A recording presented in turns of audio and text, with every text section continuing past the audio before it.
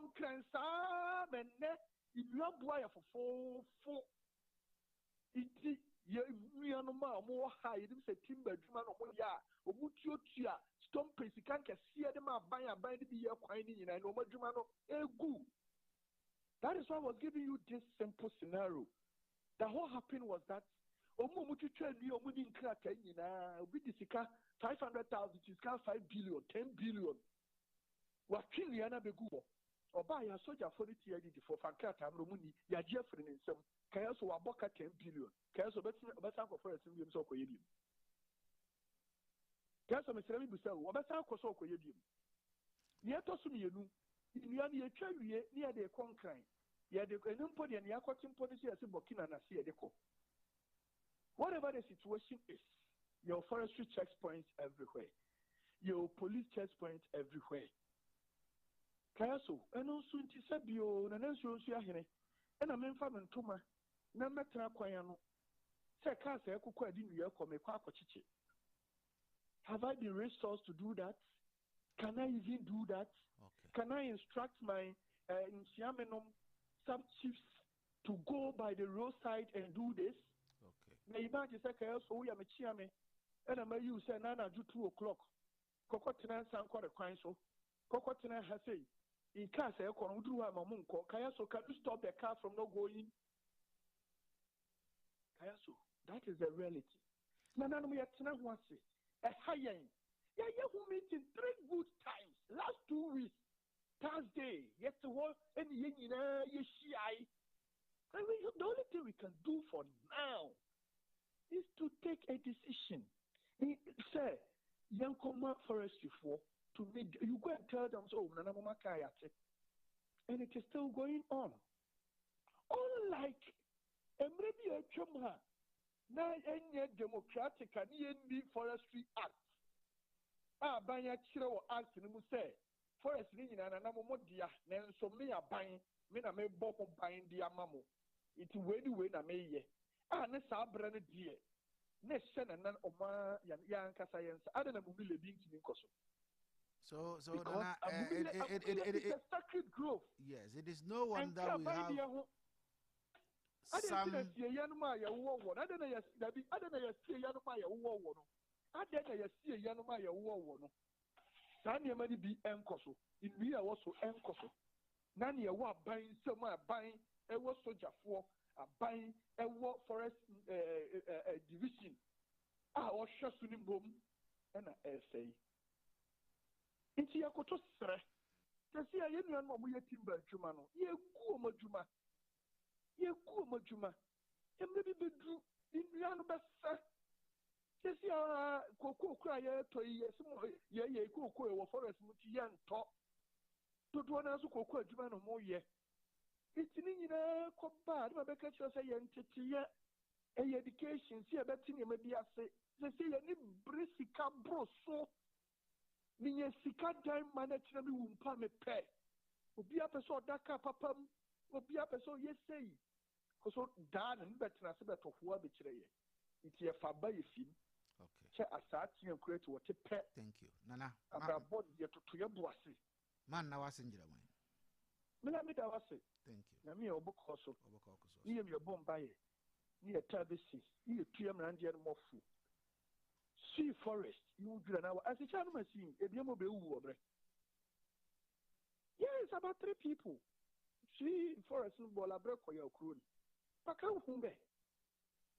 Na ga saba kan oduka bia na sabe maka oduka bia pa bala bete moshi. Moko mo bad. Humbe.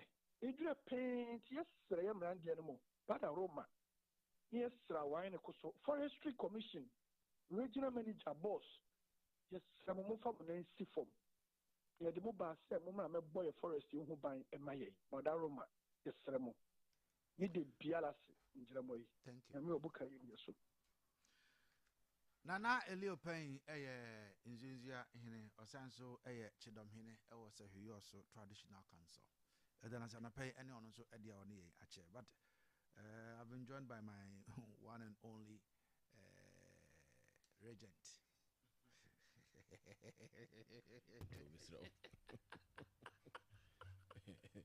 Position. Oh, is that? We are reject our.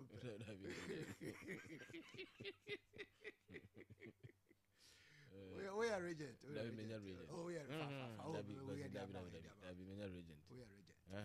Me kone low key.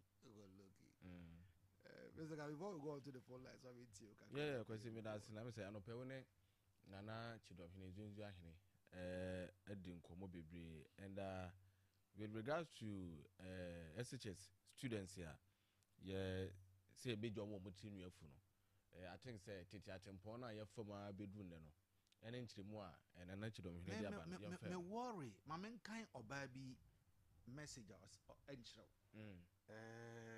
about sa issue ya sa nkwala issue yeah is it on X nasema oka ti obao or say Honorable Minister of Education, you said long hair is a sign of indiscipline and immorality, but the long hair of these girls, they are natural.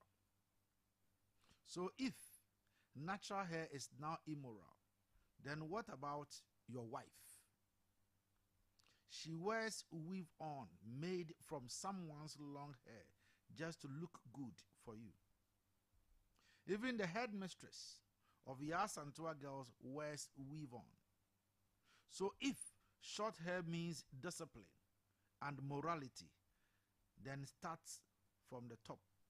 Tell your wife, the headmistress, and all the women in authority to cut their short hair, to cut theirs short, so the girls can't learn also from these women in authority. This is not about discipline. It's about it's just jealousy dressed as morality. Asama oba country minister no. Because see sa oba we me ne nyadwen. So o na dwen a obekire but me ne nyadwen. Was because sa headmistress ya oba yi kana say onko SHS o. Dabi that is what she forgot to know. Honorable Minister of Education onko SHS o. Na argument in frame. And this very person who wrote this, I know, so you're very educated. No, but it's unfortunate. Her days in school. Now, sad time yes, I pass one the show. You trouble baby kakra. No one can walk with you. Yeah. She was very aware. Enti do baby ayana kwasi o man we mu do baby a nipa bi mu hyeda enim no kure no no ma hyeda ayese na omunim aha because saadi we e wo hoda da nye nei ene ye besesa no so na kwasi say SS4 ye jai mo muti nwimfu say o mo ko hye wevo no so o mo ko akọ ye o muti no pay me as den na kwasi na the cost involved na nya agro the cost involved and wevo ba ko bia ne indiscipline. Dabi indiscipline. Because unto conquer na class na unja uti ku na. Yes say any there and yes so titi the minister na kan crofodi na tem. Oh the minister is right. Wudi na tem a when we say baby wiase na koduru no akwa koduru baby say say no obia pese wonya ne fa hodia ma na boroso. Enti the minister kan yi ne mfom so a why any den bone a why any den because from year time ye de call school nyina sa ye ma uti nwimfu sefu a ye de apaso betum se ne waka ye twa kakra na wankase wakọ no akwa akuyi ema ni nyina. But you see ade abakon a ebi mo every fini say won say man duru SS3 a ene SHS3 a teachers no any school authorities ni nim say ho bra ne de omo e be free school makọ wiase akotoa omo abrabode be eso eni say man ja omuti a ayana school authority na accept say omo free school mu ho ayeden akonti anu say no kwampo. But even that thing crash shouldn't be tolerated. Oh yes, I know. Because once you are in the school, yes, o person will be permanent. Brefie be ja uti na. And akwase me ka say the argument e bi mu ye no sa man bi timi ja omuti no wa bra omo ba be wi school mo form 3 no say teachers no enka wo hwe omo mo de wi eden eko ti nipa ni wi a na afiriti no ayeden wakwa akoye. But kwase sisi a no o kwa akoye permit akura oba ti school mu be permit wo be hye wevon na kwasi saa de ne ba e ma no munim so omani o wonya ye saa tire no onim se wonyine o ena e de wa ha be bre teachers ne mu bi ene nkura no ena awofo de ene say wo de chop money ama akura ne say wonko school wonko didi afi say sika no na akura ne de kwakọ ye pem ya na so de kwa retouch ya na say wo de kwa den wo de kwa to we vona na say den menti ase school mu wonom so salon ni ho nom enti akura no kwa be na obefa so a obe free school mu honom na wakọ eye krom se okọ akoye niti ena teacher ni no wadaje se obedi akura na chi mekoje eziat mekwakoye miti aba teacher ni be na yeso odi sa akura na chi se okohwe ama ya niti ena tire ye na so kwase enye 30 minutes o ebetima take you hours enti bra akura na so odi sua de na wase okọ no odi koye niti na na ase de ena school ni bo no so kwase eni krom won say se was say ewo krom kakra by was schools ni bi no ma ese kuro to a just wo faka ni krom afi na kuro na kwa akoto no na make say se ya no se ne meme hu no de ewo krom aha but me bi atwam no na nya sa na ye den ete but na Ghana obenya schools ni bi a ba bi ehya no wo free ho no krom no enya bete ende ya no so e eti kwasi ye hwe ni and mum ye nje education minister no ensi bone de wo ka no sa ne te eye sa ne te ye nto aso sa na ye per freedom dodo ye per freedom Ghana for ye per freedom too much akra ketwa kwasi wonim say wo be wie ye ka ne sen primary school no se wo kọ JSS ya JSS wa na wo so wo be 12 years enti wo be wie JSS in 3 years na wo so wo 15 years wo be wie SS na wo so wo 18 years na je say wo kọ physical word no akọ face de ben abrabo enti akra 15 years no ye ma na hye wevon ye ma na nye ni ti se wanyene no no kwasi asere wase obesu jabere kukusu ha aha na kwasi teacher for ni bi wonom so a omutimi hye omho so obi ntimi hye no ho so enani na ekura na omonye omuti no ebi ntimi hye omho so no ma kwaye omuti se na omanyi akra so hye jesi kwasi edin sampi baba okay but was edin sampi baba obi betimi ahye no ho so onim adwuma ni mu mra but obi so enya den entimi enti ne kwasi asoso so ma saade we de how ebre awofo enkura no wahu na teachers no kura na omo pese omo de abrabo papa ye den ehye nkudare no omo tete nkura na man nkura na ben panyi pa no emwa ye omunyi omuti saa ne tie uwie school no a na abeje wuti akwasi wo all the years ahead abetimi aye den aye wuti okay enti enye school mo ne be to saa ne man so se be ye payment be hye we gemu na de ade okay mama fast them from Mr. Ka on this adapay kakra also wono betumi ene ye yache e won koma ye di ehun anapay asidan koma recover group of companies wo mo e work in Elizabeth supermarket so na ye san work in Elizabeth who yeah was Queen Elizabeth supermarket your wholesale and retail your recover construction and trade your to nancy ho ne ma nyina bi e ba remfisa da person Queen Elizabeth hotels ye bi ye pono wo betumi afre 0244878466 and 0534212702 about references the upper school part of Basso Aquadia and Noa and Benia Penton Senior High School or more ewo Boaco and Enabrim Quantum Ponomoha. School fees at the form, your chiradia, of Fanaco Tron so he went to a Tron for Vanabra. Your budget near definitely tapen when you never open the part of Bansono, not excellent results, no doubt.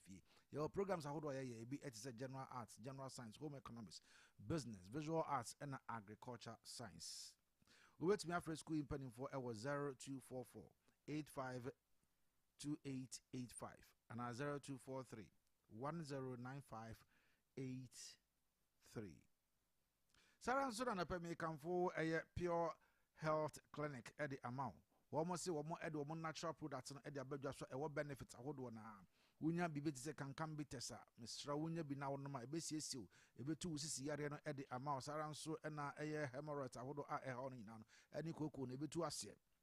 A bear address of menstrual irregularities in my own so to me your camera. Now can come tire stop mixture and non so a year do pa Wunya be now no ma. What no man after I want to be the Yabaya Kama. Malaria and a typhoid, if it was here. Can come cold capsules and no any A2 a cocoa assay. Joint discomfort and a body pains. Na can come ointment so when you be now the stressor. I want to two wapos ya nina no away. Abuzo our drugstore who do you know when you open the door to a cotton for and after Dr. Can come out 0246 710 712 and 0274 506976. And I pay Na pay what I want come out 0536304072 0322296342. Yebren Echo. Inti Mr. Say Ahumano Utum na Obaswa.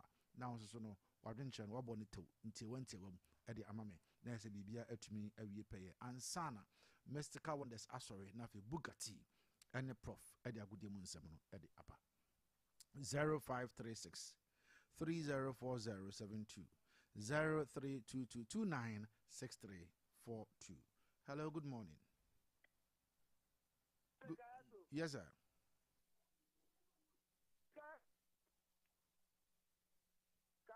Daniel.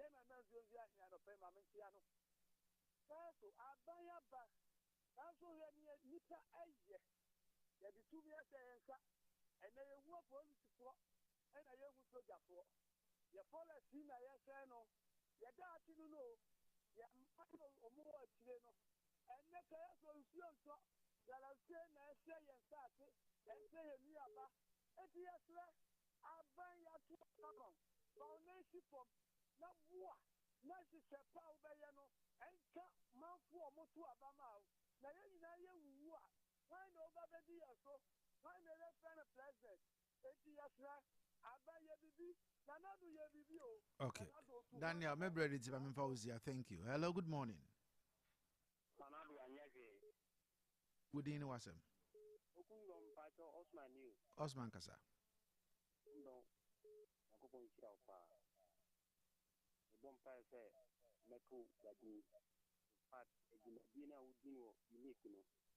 Many unique higher liberty of Empacho.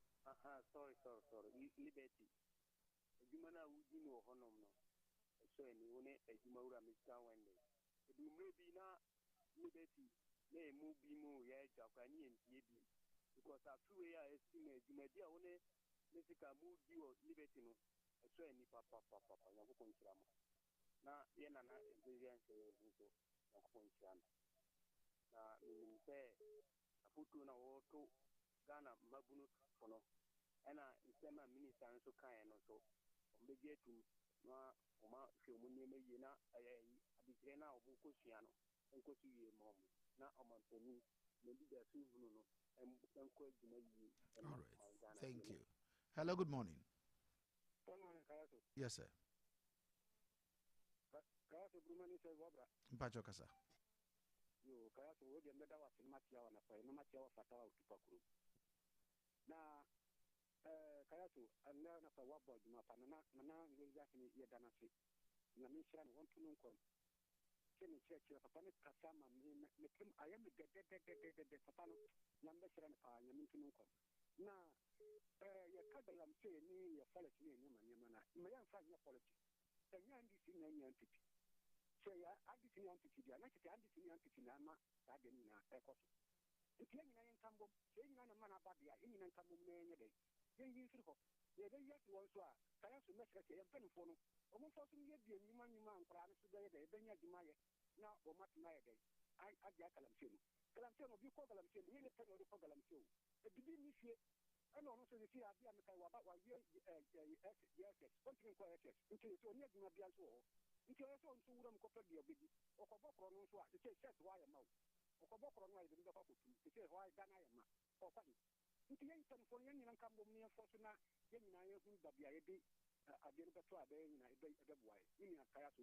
all right, but I said there was also what did you on a pay 0536304072. Hello, good morning. Good morning. Good morning, yes, sir.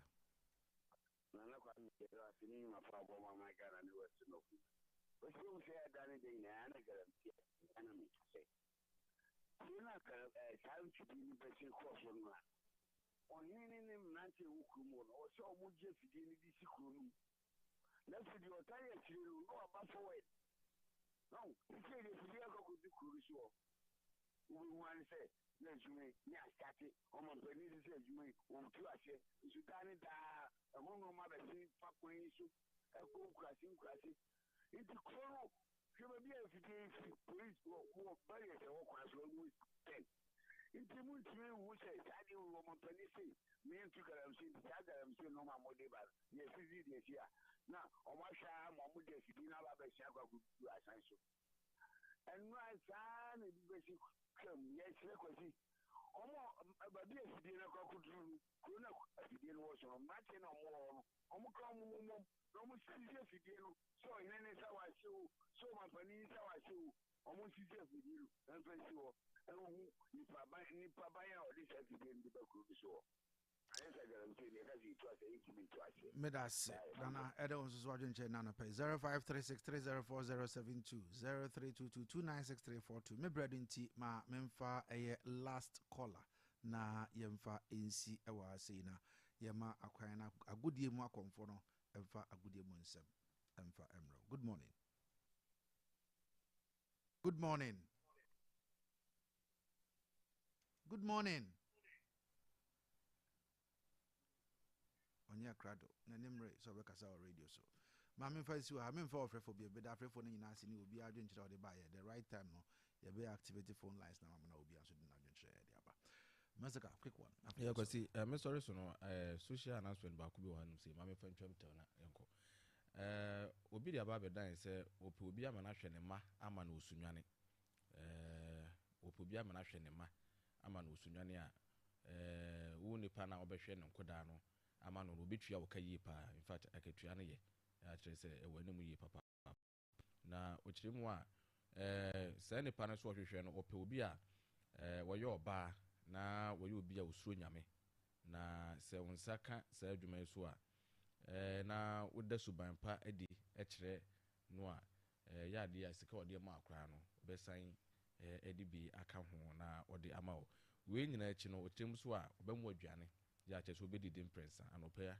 awia anwumere ase muye na oba no so ope obi a wonya e free 40 to bear say 50 years e free 40 to bear say 50 years ena ope obi so obetimi ahwe nkora yie pa na wompe obi a akora ahye na chi ya wo hwe akora ope obi a say wo hwe ne mawi a obetimi ahwe saa eye ne mai ama no kama pa ne ma no yankoda mienu ena opese wo nipa sa adwuma wi abeto honum ede ama no wosomu a wobehwe ne ma no ewusunwane ede ama no enti na eho asem no enti enemane mu ya na wohia sa nipa no ama na ba behwe eye ne ma no de ama no ne woso ne betena wobetimi ne na tena bi abe sa afe na apese wo kwa fine se bi a wodaso ba pa di kra na wobetimi no watena mfimienu na akiri kaka ho a enti woni je ho se woni nipa yi ebe ye adwuma no wahwe ne ma amanwa na wafre number C 0554 103 298 0554 103 298 0554 103 298 and I said 0246 76 2019 0246 76 2019 0546 76 2019 nanka bo nipa ne sacha se brother Steven me chirema kanena o chira de o grace wono na morning glory so obedi dwuma kakra ohunu a obeboa wo ama watimi ne nipa no so edun koma ye ne manum ya nti woni gye ho anamba me de ama no na wafa na mpo nipa na ama chira wo no ohunu a obeboa ma won so wonsa atumi akasa adwuma na waye ewusunya no kwati infancy. All right, you better Mystical Wonders ase na anapay Bugatti ewaha Prof enso so ewaha Rock East Guest House Adawroma enti yedi your question for the day edi bro na your question for the day no just simple Buga if you say half of 2050 1,025 what is half of 2050? Question again.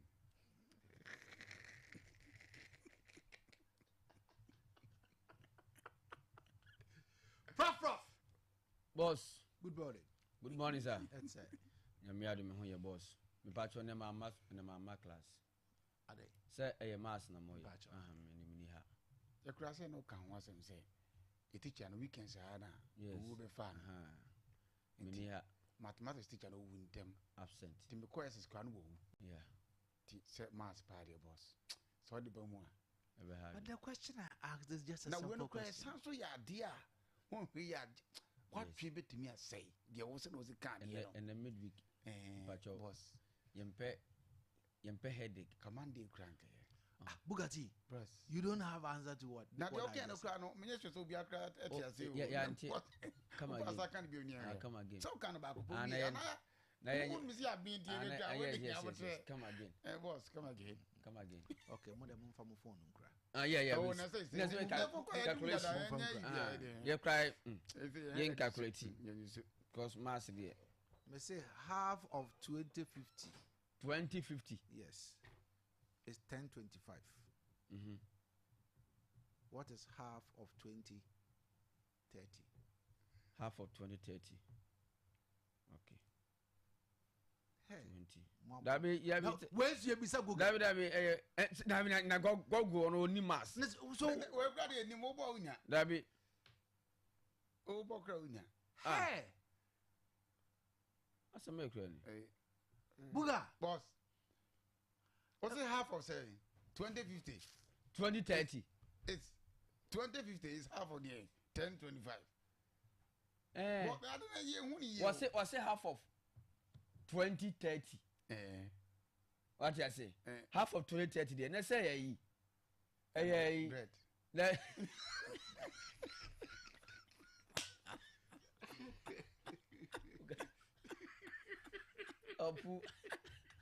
Buga boss rebe.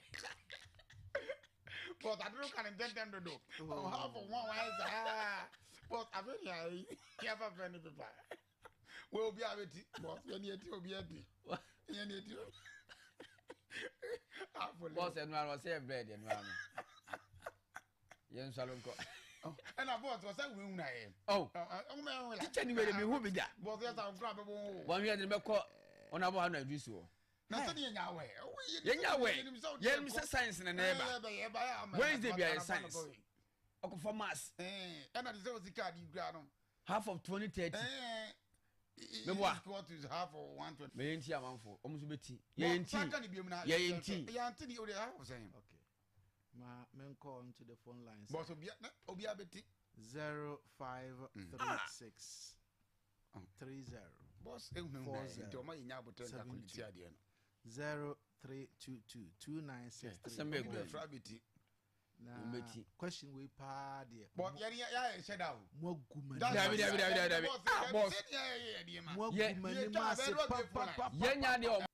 okay. 10-15. Okay, me that say I know so what they buy. 1K16 or say 10-15 or no so adventure I don't know.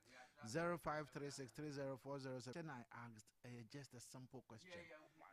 Good morning. Good morning, sir.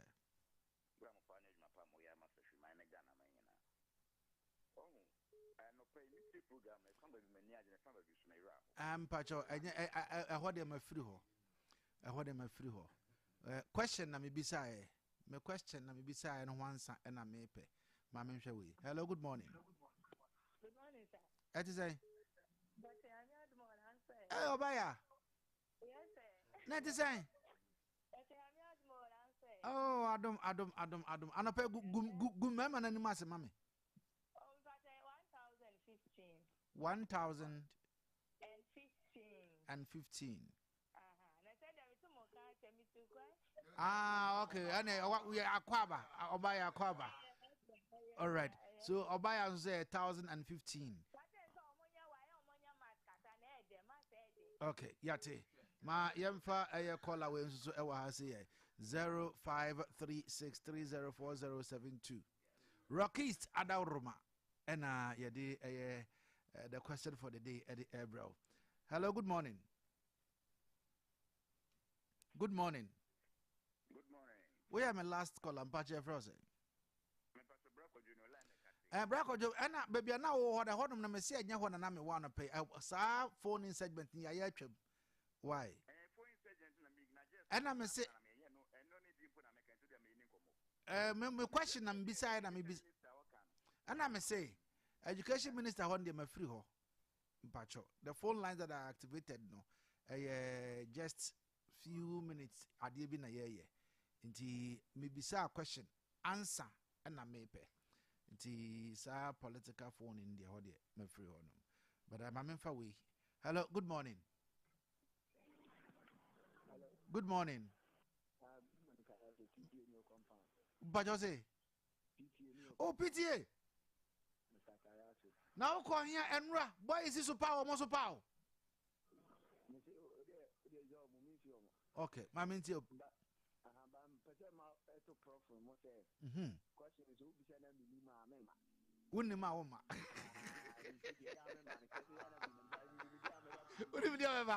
Okay.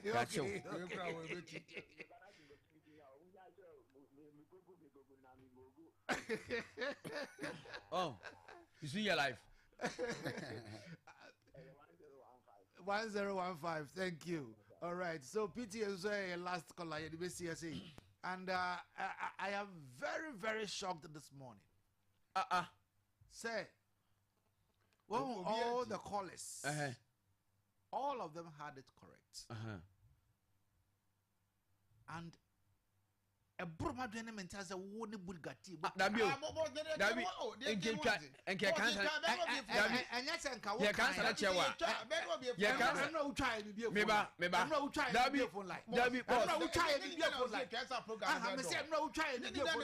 Boss, the tennis, you talk by and can't it.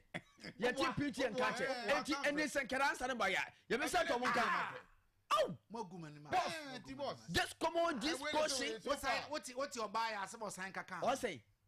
What say? Mask. No, I say I am master it. I can't. Yeah, the master teacher to be honest. Any problem? Teacher, you know. Because boss, you can't say yes. Because the church is the Wednesday. Boss, the master deal. Say you're born. No way. For my empire. Yeah, teacher, you know. Teacher, in my our chair master. What people?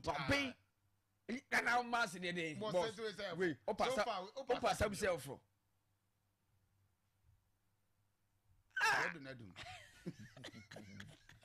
Miss, well, as well, the kind of money now, Motiwa, and until now, was 2030. What was it? One my class. Oh, check 2030 million. Oh, check 2030 million. Wait, I didn't take us to check me on your 15. Debana send a one to me. 8,015. Abana say, okay, spell me 1,015. 2,000. I know question for the day. Question for next, yeah, for the next day. Boss, there we are check the boss. Would you have you? Miss Mabon. Hey, bon. Your mother.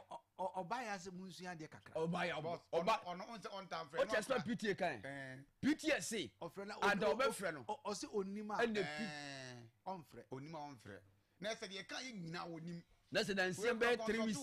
Better months a PTM by Nano. No, PT. Not with me.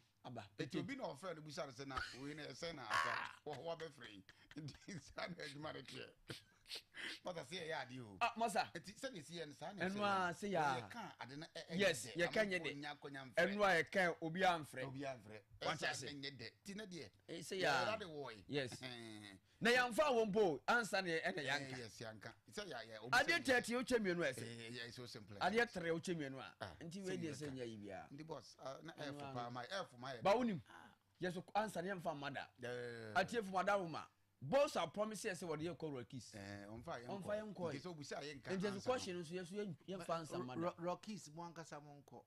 David, on the first, your ball live band, El Rockies, free. On the second, and also no, on the ball live band, El Rockies, and also a free. Na emomono from a year 2. El Kwakusi, a enumre, nonsia, ubedi free. Obenum free. Nina our Rockies on the second. na se obia kwa sa da be yempe no and it's a Sunday Sunday ye yempe no Sunday ebe kwasi ada we obia kwa sa ye peye de foforo ye peye from special 2 in the afternoon kokosi 6 in the evening you eat and drink free. Yeah, papa no And from 6 going, you buy. Me say abam for go ho no. From 2 to 6. Yes, free. Nyame aduma Sunday. Sunday. From 2 to 6. 2 to 6. You go to Rockies. Sunday among from house. But Saturday from upon. You go to Rockies to guest house. You eat free. Free. You drink free. I drink be opebia. They will serve you free. Coming Sunday. Consider ebe. Consider ebe ya. And say on the first year, yes. On the first and you bought live band free. Okay, obia me summer down there. Yes, I don't need free. Okay. And on the second in the question, I don't so no or more air bought live band. I don't so free. The moment I don't ever start every year. 2 to 6. To say over one. Oh, okay. But 2 to 6 in the 2 to 6 no Adrian and yes. I don't know ever serve free. Wow. Obawa ubedi ubedum free Sunday but a free 6 aircon and a bibia be order bia obetua. Wow. Live band no so sign ginam. By on a side of free no. Ochina o prove ye de no ye be start na china. Buga. Yes sir. Ochina Thursday, Friday, Saturday, Sunday. Ye ba wa ye free. Okay. Tumaranya we. This year Rockies free. Yes. Sunday between 2 and 6. 2 p.m. and 6. Obetimi de amanfo buagu so ho. Free konom na didi free. Na so obi mam yen kasa dua na sa. Dabi. Non stop. No nsia body ya. Yes. And we do yen serve free but live band is still be free. Nice one. Dem bibia obenum bia obeto. Bibia be dibia so obeto. Open the free dia between 2 and 6 p.m. No. Amiam kwa no so ho meboa. Yes, amiam kwa. Se ho no mo. Se ho na obi an Rockies dey say ba ko pe. Amiam kwa no so ho. E ho nice. O kon so awmle dabi. Prage na mpan so sa. Tambia. O say ade ba kwa manage one say third road. Yeah, kwan na kama. Wo she wa third pa bia kwa futu bia mo dabi. E ho na nkasa nso bebia ba bia mfutu ni ho. Dabi. Tutimi say e ho na e serene. Serene. Yes, ho na kama. O say kan say yes, honorable nti say me bro for number 4. Anapaminti o. Nice one. Agudi ebun 7. Boss player. Yes. Boss on here there. Adam tina wa tina ya me ya. Dabi me dey man ya e man how. Yenti. Because he say the answer number pe. I emle bi na ayi frɛ ba ko bi o. Why? Okwagi apo Fiku kwagi apo bi o frɛ ba ko bi no ano up to date. Wane Ode ya wajei. Hey, admin send a message you. Admin say, boss you hear that. Or some message number. I watch afen o be twa. O say, kayaso. My boys have disgraced me. Yen. Admin akasa. Empress what? Yes, you do. Oh. Yes, you da. Kule kaso. Kule can say. Kule can say. Me nti asem na o kan. Boy nti agude mu nsem ai. Kule yenti yem pen. Boss yen kan de the president ye. The we are wasre no. Yem pe biem. Yem pe. Boss na de no de ye. Yenti a sheda yem pe se be card them outside this for. Mom pe kule ka de no. Da yem pe message. Be ba ke fasha ho. Empress one de na ye. Ya kan de mo ye. Fasha ho. Yem kwa ku de mu nsem. Yem kan. On the them boy. Somebody Mbuabinda Costa, Buadak. Unim no. Martin Dinda. Ragovi. What say? Honest message. But I know boss enya ajai. Enya. Na me FM president. Catch your papa say. Eva president. President. Because the we are was sere no. Say papa and call sere. Yes, do team said ye bo ba no mo. Ebi sa hwana. O de ye manage the kan no. President. Okay. President quite disgrace. Yes, and the quite better to so ba no boy. President has say. Kule ka say. E boss say yes yam pe. Yes nke ye. Kedwe na be ko. Yemfa we na ade nchi. But Brack office me fa mo mechere no. Okay. But ba ka che black officer wo nye o fa yemba bo me dia ba kwa be say ya na tie fo ina tie ase no we are ye kan ye nya sorry free o fa yenko di bo da ka se me fa mo meche no da be okay o se da be na na egbo nso se men ka jam so chi abo yes I've been for me. Yes. Nalevo, good morning. Oh, boss. I'm a pretty upset. And the Wednesday, some questions that you never heard your messages. The message is now why. Message you why a crowd. That's a milk granny. Cause of her, so I know. It's good. Oh, that 24 hours.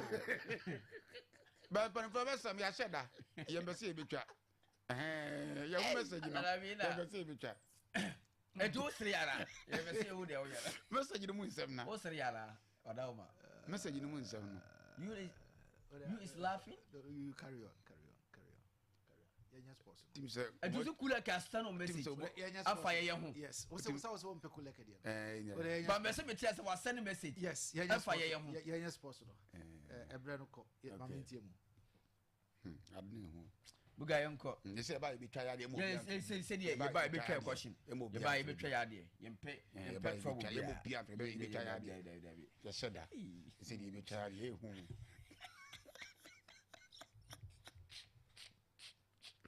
Buga. Chama. You say you hu. So, say pan forward the message e ba no. Chama, yenko. So on ya de. Na me adom be e ko e ba. Okay, you nyame ase na meni kwa emeni honti. Ronaldo.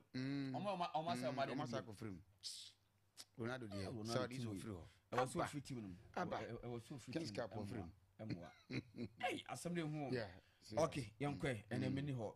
Right, 80 abusia ene eye wanje yemfa kudemu nsam no enso emfam no ewa dwumadi enso ene no pai na enema enso entimi yakama game set to twa no a enti mi pa be ye ho dwuma enso tamao eno aset enema se kwen no na bi bia enso timi bi pai eno asa wokwan aye chesa wokwan say aye karabon cup game set timi to twa enti say na ese kwen yenya tiba ye fen greece benu amuntafi ama Brentford akopom ye kanuma intimianting on Sankofoi, one and the YouTuber from Manchester United, and to the film, and what Tim say yes, na and Yan Sanketokran, and Timotima, you have IHS and Brentford, one with him Kofoi Tiama, almost Ayash Buta, and my son Cameron, and need to Brentford Timno, and so Tibia qualify, and Quanim and so on. I can't boy caporal, and one man so Timiko Yipa, and so Tima Timna, you have IHS and Tima. Your fellow, oh my goodness.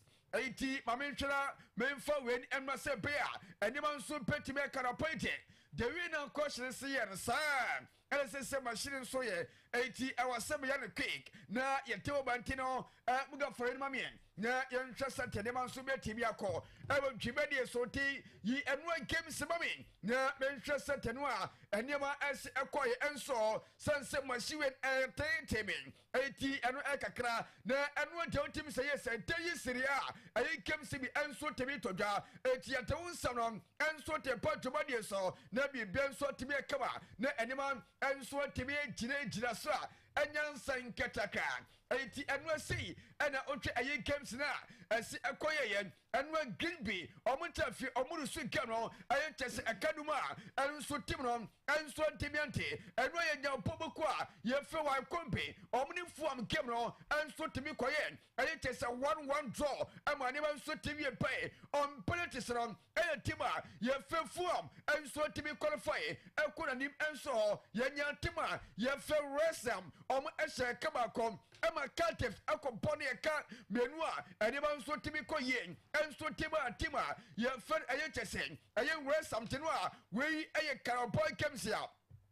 And we're Timitoja, and I'm a Tewan some and so Tamal, I will Jumadius and another pay, young and net to sell quite Tanya Syria, and we're lazy. Etrefi, or my intimate shabby, a monopoly, a company, a cabacum pop Pabi and Atalanta any AC Milan na game unwanted puta and no team say yes set any Sequeno na unwanting and one game ani I one draw AC Kabako ama Atlanta and to say a Carabako where a gamer and what a Timitoja Yametewa some answer Tabao Tumodiason are you compulsory round 1 I shall say 80 Yaton Samron and so our ne benso timia kama young Korean Toswe our German a DFB poker and one Frankfurt Esha Kabako Emma Dortmund and so a Kabako on penalties now what Tim Senema Koyipa and Timan Yef a Dortmund Emma Dortmund and so to be qualified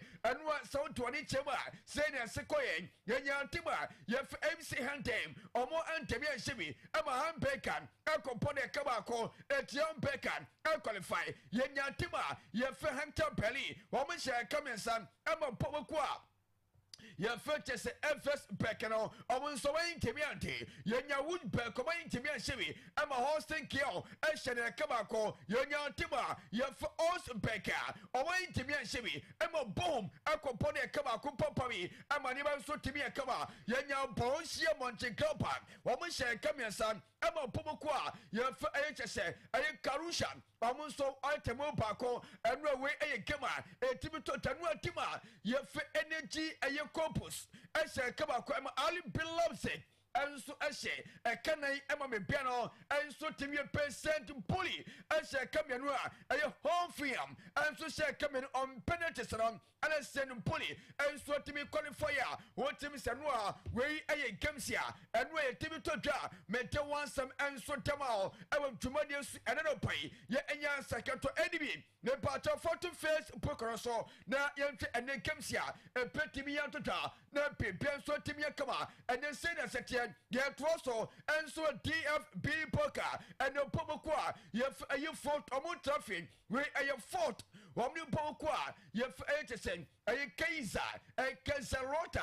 Kesa slaughter, yes, anyway, or Mopo, I just like him to the moment and yet, one new Pomokwa, your face of fourth and sweaty pony, Nepi, Pensto Timekama, your Pinny Timan, your V. Ferro, FV Lettisting. One trophy, one Pomokwa, your fermented pig, and so at a pony, means all favor, and in Pomokwa, your face took at a pay and tamso, your penyon Pomokwa, your fem potter bond, one Pomokwa fem by Leverkusen, and so te pepony, your penyon dam start, only shaka all four, at a pepony, and you do start of Ebeshatima, your fame frame belcon, Ebesham Boya Minikano, now Union Berlin, and Tima, your Billy and Sweater Bunny, we a DFB poker, our Germany and then Gamsia, a petty miantota, and I'm a Tawa some and Sweater Mom, our Tomato, main part of a next round to say, now young Quaniana Pay, and Tachini Poso,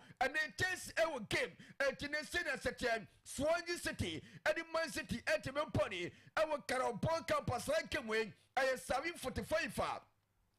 And the cycle so petty miantota, Asna, and in Brighton Warfare Bill, at your pony, your penny leaf for Potino, woman Crystal Palace at your pony, and now your penny Tima, your full for Hampton one trust, omni chess Timno, and then your Timil pony, Newcastle United, Amisha Tottenham, now almost at a pony, where a Carabao Kappa, and a run of 16, and then Gamsia, a petty miantotano, and I'm a Tawasam and Sotamo, I will tomorrow and a pain, and Tim and that's why, now young Quadmisa, now young Sessa Tenema as well, Kubuga, yes, sir, and a Yahoo.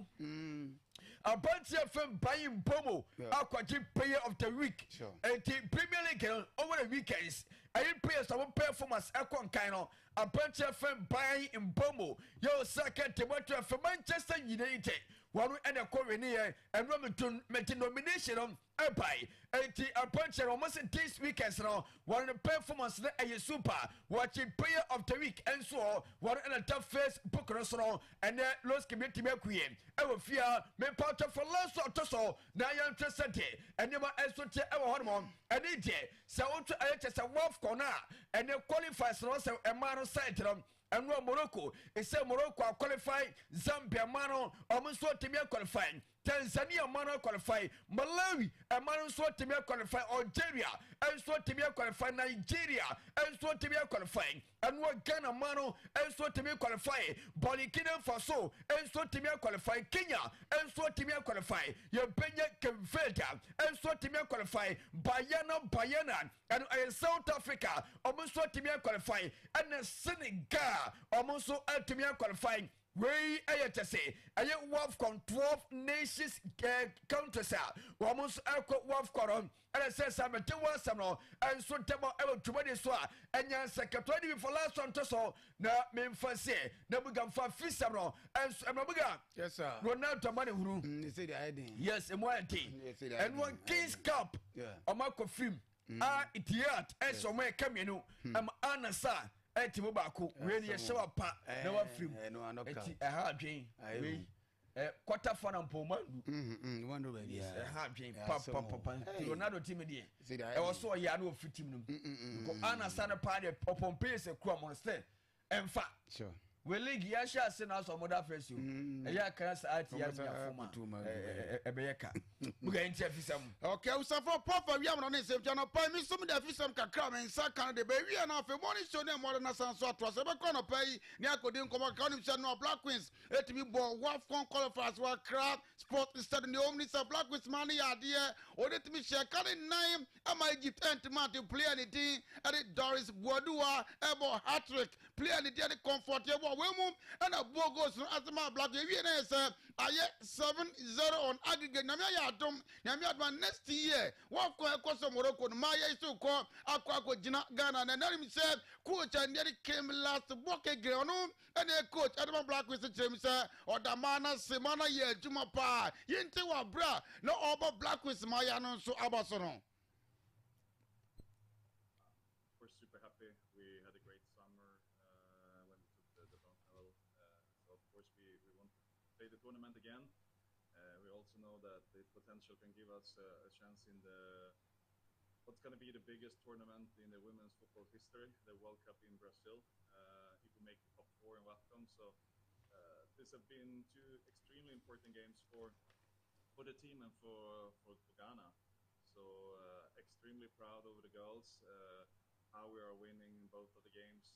Today we are maybe a little bit slow in the first half, but the second half on the other side. When as a coach, it's a man here to my dependent on South Chile, we said Ghana for one, a brand new banana for the moon because now by him and the team, and it not a hard to la bay man I'll say, or come a Ghana for you to say, what ban or Barbetana, what you say, oh my ankles is here. You came last Bucky Grant. I can be completely honest. I had another 14 offers when I signed for Ghana, and I did it for a reason because I want to be here in Ghana, and I think I can help the girls and make a little bit of a difference. So together, I think we are on the way to something really, really good, and we showed it already in the summer. So I'm going to stay with the girls. They say the coach in the tonight, Juma. Now, for Black Queens coach and the other came last. And I'm Moten and Karanim say, or buy him on home, or buy hat-trick the team, and Doris Boadu or say, on Sunania G. Say, or team board 3 goals and raw, Accra Sport Stadium. I need to say, I support you because BPM mono, yeah, the Asadama Yakopa. Then I said, yeah, happy to me, focus, focus on the Yamiadom Yawene, and Mashaku. My happy so Mashaku. The Matchmania was from Yamiadom. If you said so, I can't yaka. That's a not yet. About the about 3 goals in raw. Now, play our can hoye Chantal boy locker and one no see yet too much brutal or Chemisa or the Jacob Pons is a Ghana. So at him, I call for next year. I could see a kind of Morocco Yentie Chantal boy locker. Thank you so much. I'm truly grateful to come out to all these people today. I especially, we wanted to make Ghana proud, wanted to make all the support proud, and we've done that today, so I'm truly grateful, so thank you with us. Well, would you see more of you in Ghana? Of course, this is my home. Oh, great. Congratulations. Well, when is some about him and the other Chantal Bogla Kanamoto, Ganachi and a player on or board, Diman Runas and Getua, the D at the Evelyn Badu to Tremuson, so why you super excited? You take Evelyn Badu. Super excited. This is like another dream come true for us to go to the WAFCON and make sure we do well, make it to the top 4, and qualify for the 2027 World Cup. Well, when is some player the D answer the Evelyn Badu, some player where Joe Japanese Bruta. None of them no brought game the corner when a coach and the DNA came last. Bokke Grenade and Maya and Tremisa, Papa Wayat or say you two champagne go what you say. You should so go at because why you to my day at the Ghana so call off for the American next year. Yente wa brother Maya to champagne and the go coach and the other came last. Bokke again a son.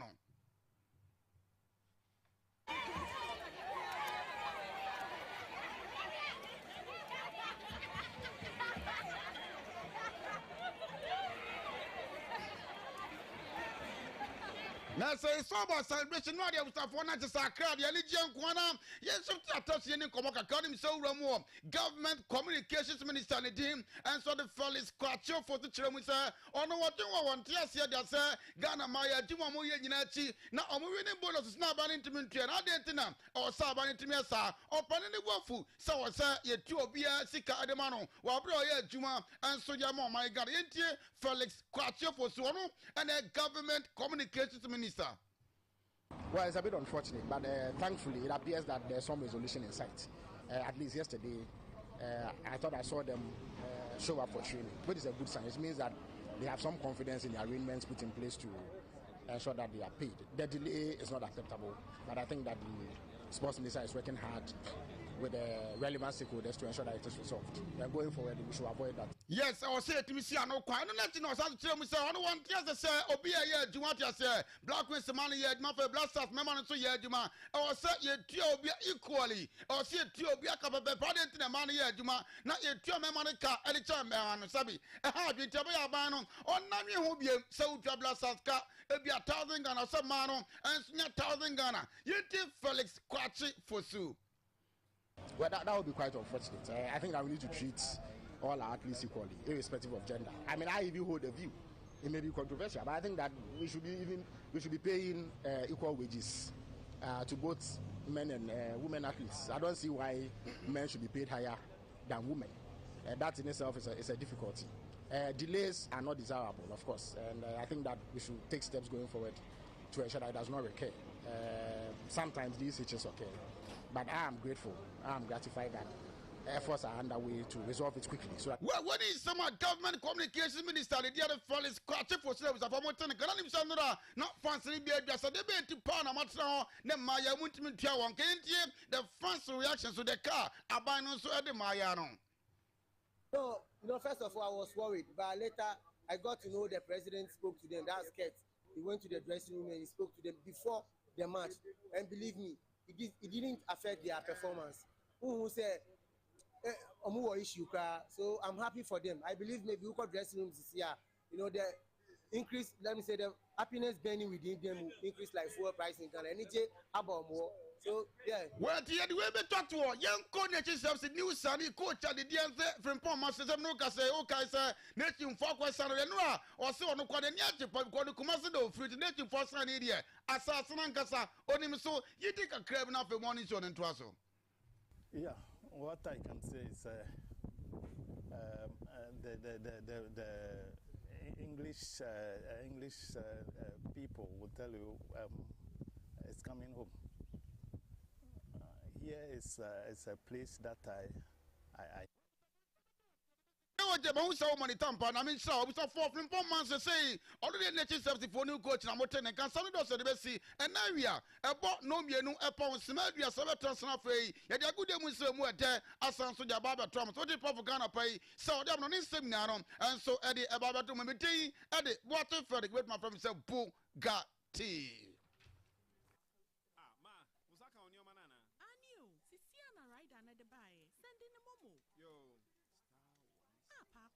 Smartphone now we use for Momo app ni tuane. Adeakyia app. Hey, and you now so ye millennium or millennia and I won't need Momo app no. Oh, millennium for anya dear cry. For app ni di juma. Na se wo di juma e kontem na ho pambo so wo mu. Beka enkofuku a wodi bomo app ni di juma biara ne. Tia wuje di ni a ofe na sem no ka. Tia insuo ni kania ka. Ana ma unsanka ya bisi ahudo bi a ye manu bi. Tia momo app no ene ya. Na shase fa di juma. Mira, yes my dear. Ene dear. Kadie wom bia kire me. Oh, na edi be pa na me sie wo. Wo di bibi sie me da. Oh me. Ade minim. Dia me dia sie wo an say, makoto Dawood 360 capsules. Ya manomo ama kane sisi ana mintimi nyina me na so no. Ese metimi ya tie nyina. Nanso nei wo me say. Wotumi gina wo na so kye mamani je. Oh, neje sa fe de ekoyie pa. Papa bi. Eni efri na ekure yi. Me ma Dawood 360 capsules. Empa me ho da. Ayem sisi mu adwuma. Asa ma me wife kura ni age. Ena tumi se sabro so ma me. Na akoso ya wonim. Se ema eni mema nyina timi no mpio. Eje apemfo abatan. Eni obi a onyanya mfinhia dumiensa. Na enye Dawood fo ya na ye Dawood ointment yi. Wo mo na ye. Se nansan a na wo complain waposo. Usisi eni ade yi. Ebi na me de twitwi ya. Wutisi ye yo. So the Dawood ointment etwitwi na wo memene 360 capsules ne ka ho dia. Oh, na ye twi na memene. Radio twi na memene. Ai twi na memene. What be bia so free say require mu. Enuom yenu enye na e wo pharmacies any chemical shops do do na mu. Wo dia free 0244886437 and 0201681717. Adwade enkra to yi. FD agye atum. Mobile banking dachi no abba. Ghana Pay, mobile wallet, Bank of Ghana, any association of banks at Jiatumu. Obetimi access by USSD. Ana mobile Abia. Cell phone near Jam, Android, iPhone, any phone a wikitebiano. Obetimi access Ghana Pay ewoso. Nya Ghana Pay ne. Na se winya Ghana Pay na. Obetimi dia sendisika akoma obia o use mobile money bia. Ghana Pay no. Obetimi dia sendisika ako any bank account bia so. Obetimi dia toko credit. I want to share. I'm a Fiman Rural Bank. Your success, our pride. He wants. What's the word in easy? Oh, you butankasa. Wakaka. Messi. Lufat na wajima were you? Hey, malaria drew Lufat. Jama wedding where your hospital. Sister, where I imagine there. Few hours to my wedding. Na Mrs. Senu whom I yeshepe.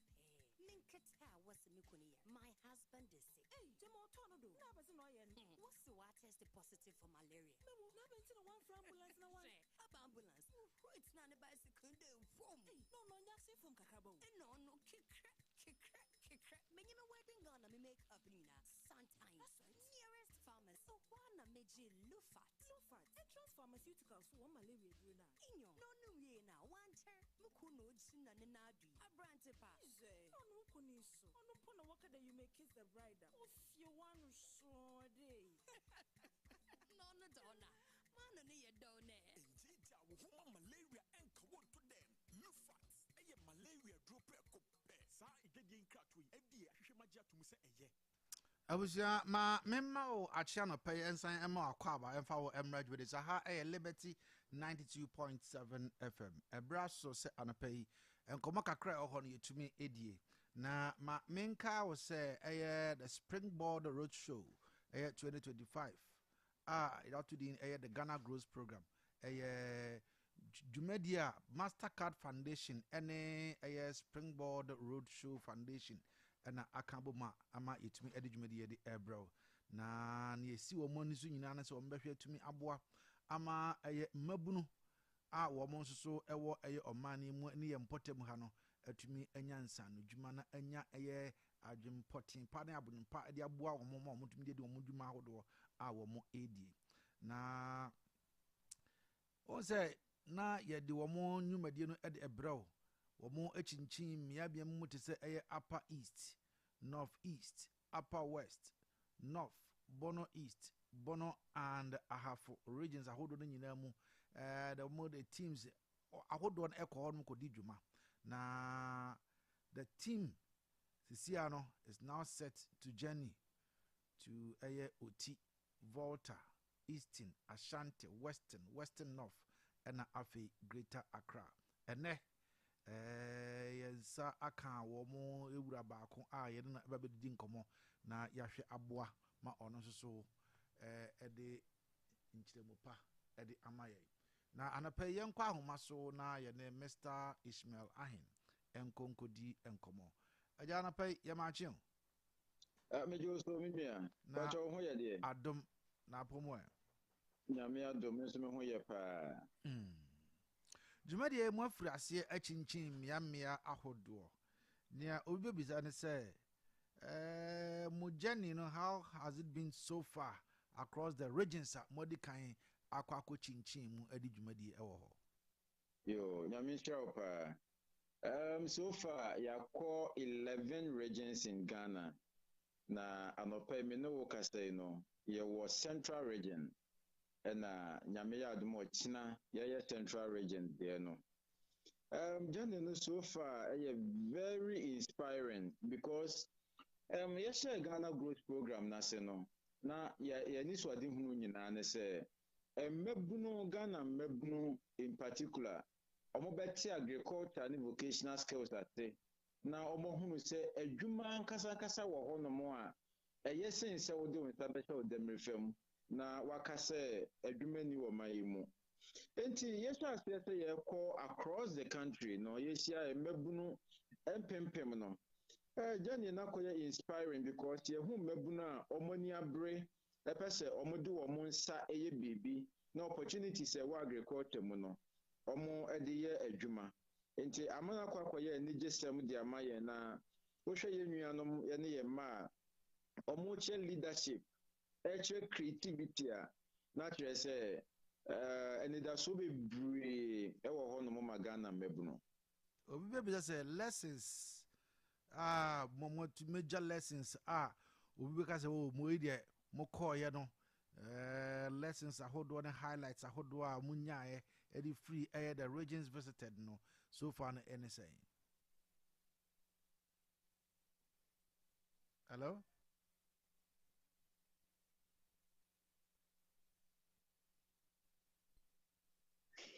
Hello, ja? Yes, sir. Na mi bisa se obi beka se more chin regions ahodo no mu mahu the way and but major lessons and highlights if free honum no ebi ene ne hemosa regions are visited. Yes. So lessons are ye share ni bi no yesha Ghana growth program na se na emebu ni gitum mu se omo beye no dodo na omo de omo ho join na program no afi omo pese omo kire enema omo nya free program ni ma disua omo nya omo sua free mu any experience omo nya free mu nti ba bi ebeko bia no emebu ni yese omo be exhibit niema omo de omo nsa ye na omo ton obi ohono ma we teacher ni we nurse ni ana we adwuma bi enso still we de nta ye bibia ono so oton a broni beka se eye another stream of income edema no enti omu hia ya omu se yesere mo program no mo ma ye kwan na ye mba exhibit ye niema no etu hu mabuno ahodo bebre a omu abeje tent na omu exhibit wo mu niema a omu de wo mu nsta aye ewum enso so yenje tika bia ye kire se ene mumra na mumba kire oman mu ni nyina se Ghana growth so mfaso no ewo ho na egusonso eboa emabuna aka enti eno ne lesson na ya 5 free dwumadi ayedie yi mu mokwa pa na afi so mo nsan expect say ya de mpanifo ahodo na eba no maba bedi nkomo ebi ye adwumaru anom omaye adwuma ni wo mu experience ebi ye motivational speakers ombe church nsem mama adwene mu na ne nyina mu asane na emu ada ho na afi so afutu ahodo na skills training career path obi ho no ma no wo hu ba bia onfa na ne de emfa anti career path so ne nyina ne se ebra obefi program na se no na o mindset na atesta ukofi na wonim de wo koye. I see. And then with the brand so ye nyina no ye de ye ho ebehye bi. Na obi beka say this year because you made the this year nkwa na modi previous years. And this year they are nso ya be the demo. Yo. Previous years ya ye no. Ya 10 regions in Ghana then. to the big crampo year be wo no ma yetimi kɔ outside the country ɛkɔ Lagos ne Banjul Gambia enyina na this year there no Ghana Growth Program ya register mabunu 500,000 enti ye ko 16 regions in Ghana the edikan the toso me ni say mabunu 500,000 ni nyina no ye pese ye hia wo mo so far ya ko 11 regions ɛhyia mabunu na hodo pempem ye no wo mo hia ebi atre niema wo mo hia free Ghana Growth Program ni mo na ebi so atre expectation omo free program na say kono omo ewoma omo ho enti this year there no down so crap is there emegru 500,000 ni nyina omo Ghana Growth Program ni mo no ye hia wo mo in 16 regions ni nyina. I see. More at times BBC no eya na ye ya na ebi mo ere fi sebe ye nuanoma wo mo edidem ene maba. How are you ensuring say sa mabunu especially mabawa nketenkete no ne sa wo mo a wo mo so edidem no wo mo ebetumi anya chefa e wo BBC mu yo say ye kan nipa akankasem ye say omo wo honam mu dem dia na o ka springboard ye de omo ehye ye program ni mfimfin omo di mu ntintinman na omo di animu nso eno nti te ye koye program bi se ya even venue ye beye program no krampo no ye make sure say broni say ye disability friendly say nipa oba ho na wo honam mu dem die say ye nani say ye ne nan say ye ne nsa ekwan obefa so obebem obewura inside abenya baby papa atra wa bra bibia ensi ne kwan no ye make sure say ye modify venue no e ma ni suit persons with disabilities afen so de ehunu ne say ye nnuano mo emabunu no agi program na tumu a omudi animu pa enti ye baabi a ye beko bia no ye make sure say duma bia ye die bia no omo na edi animu ebi ebeye oshin kwa program na se ebi kasa etu mabunu ne po tese dwumadi ahodo bebre na ye nnuano mo ma edie ewo program ni mo enti wo mu se ye nnuano ma eka ho de ma no di mutintiman na broni se persons with disabilities so at the program na tuma omo di animu eche bebia ye mfanko wo kasa mo na wo kire se mabunu anani padodo a esibodi so mo pese mo reach wo mo about 500,000 but se me hwemu a mo chin aya regency bi mu dia mo hover around 300,000 plus and how significant and this very achievement incredible milestone pa na see me no wo kase no yenya nipa 500,000 no. Oh wow. Enyina yenya omunyina wo Ghana Growth Program ni mu a ye call around nyina no ye share omo in the various regions. Western North we have a lot of them. Our Western North nyame adoma 4th November nipa beba ho no enyina be hu no ye 500,000 more Ghana Growth Program ni tefa Western region Western North region program no na ya adwen study so 500,000 no ono no ye be celebrate no na ye be man special recognition package mentorship opportunities ka ho business startup kit ka ho ye say man data support any platform or the connect with empanifo ahodo enwumeru anoma ahodo omo ye bi pen ye connect wo mu nyina na yenwia wo so 500,000 no ya nisu adi hu na esi na nisu no ya make sure say ebebem enti ubisa ya say 500,000 no yenya Manya 500,000 na yenhwe the guiding pillars of the 2025 road show. How is this going to shape the nationwide effort at Esimoniso?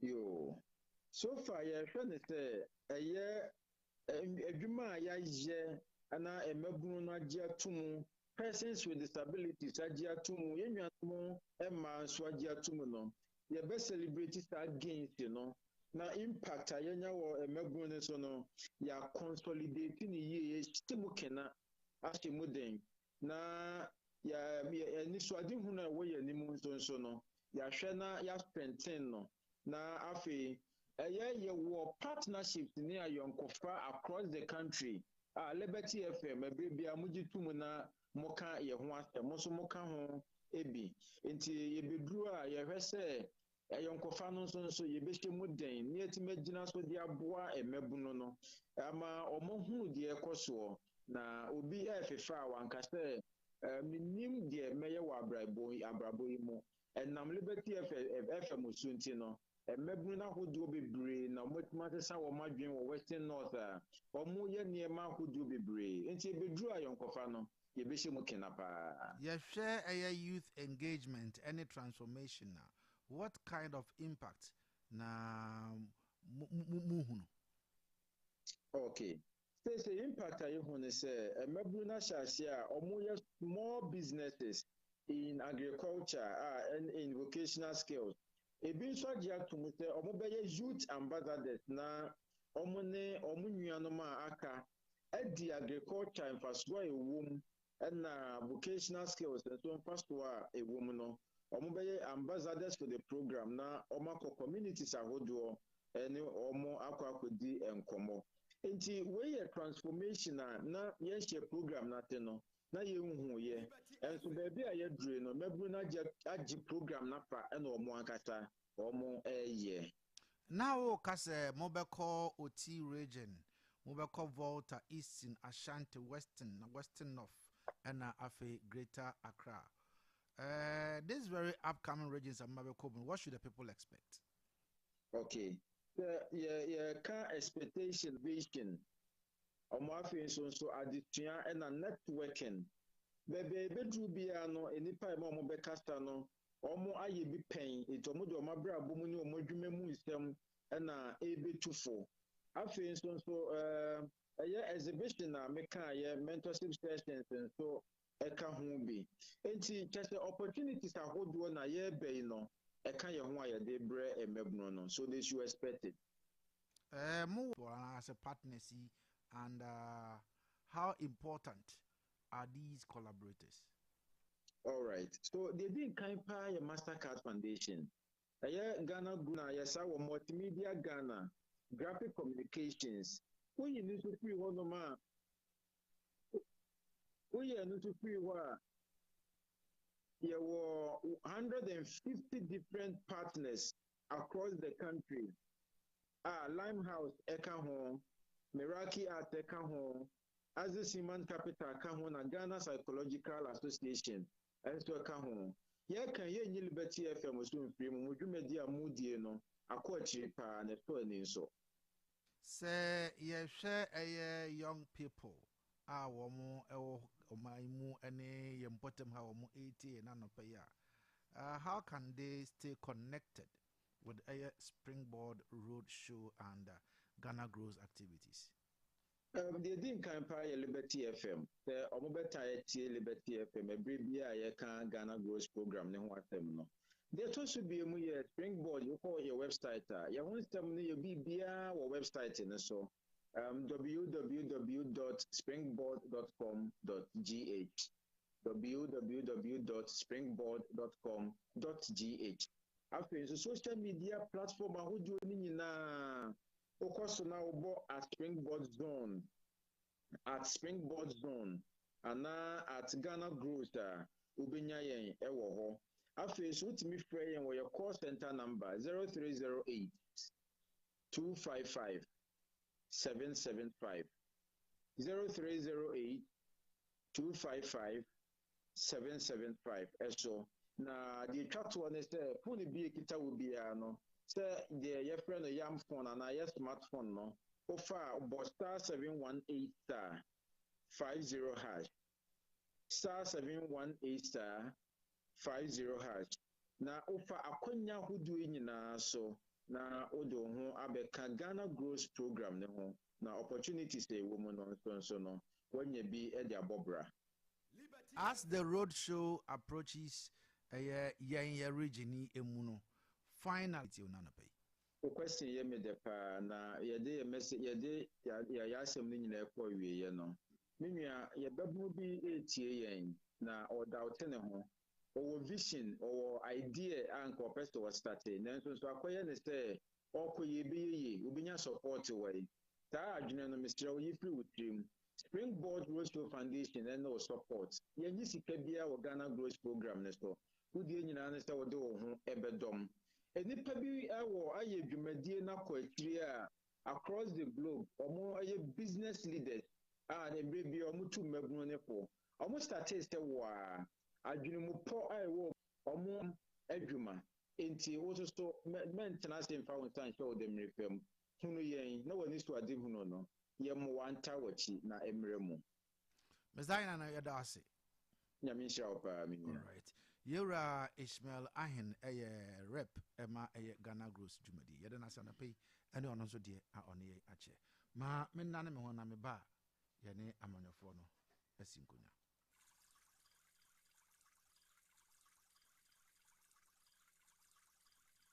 Mpanyi kasa numsio twen opa na enye nsuo bia kekeo na mom ensu a ebema wo atumi agina ope ano density natural mineral water ne sachet ene dispenser bottle ye nsu a ya sheda aye ede ekum wo nsukom density natural mineral water pebinom water anio yenum ensuo dikum ye nsukom nom density natural mineral water biaya ye nsuo no tiye pa yewo 500 milliliter sachet ena 19.5 liter dispenser bottles ma afiafie ne offices hwehwe ye chipan wo number 27 new ridge ewo tanoso kwantempo so hwa fre 0596604743 ana 0208466256 na koto bi ye waye fro aye ene badwam nhyiamudie density natural mineral water insu papa nie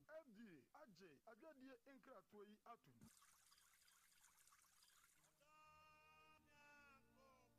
me badwani amengro ho mabra wo ho pai na wani na adi a wo je oba grosa na adi a wonyame nam dota mu a owo personality natural health care so aye eno na di be ni je say yo healthcare awo hu nsem de otene te se wo ka te mu obuo ko prostate aye kese ama onya dronso mu amanuhunu ana empaso mroyo say yes stroke diabetes hepatitis B pressure sisi yadie afiti kroma amanuhunu enamu yade hodo ene yadie bia wo sa ne se wa na me di oluman eni ole di kwache kafu owo mfidie pa me ye na domatre ko ani na nse mi double no uni sen hey agro gene oba o pese o hips anase o to eya akese ye ye nwo adwuma sanso ene se stretch marks ajo we dia boso a eno nso ye yi free obere ma obema swa na pese o pagyamu no bra ye be pagyamu ama ube hu peske ewo Accra La Paz Nyamiche junction ye o Crown Prince school no achi wa Kumasi G runabout Medila bachi wope baby ani address a human bank womu no Sario so empumam ye ne Church of Pentecost ene di nhwanimu takwa Roman stores opposite Zenith Bank Sunyai ofri Kumasi KOTOKO house Rex ye ne total filling station no di nhwanimu Fre Peske ewo 055-773-8555 Peske quality hair no sir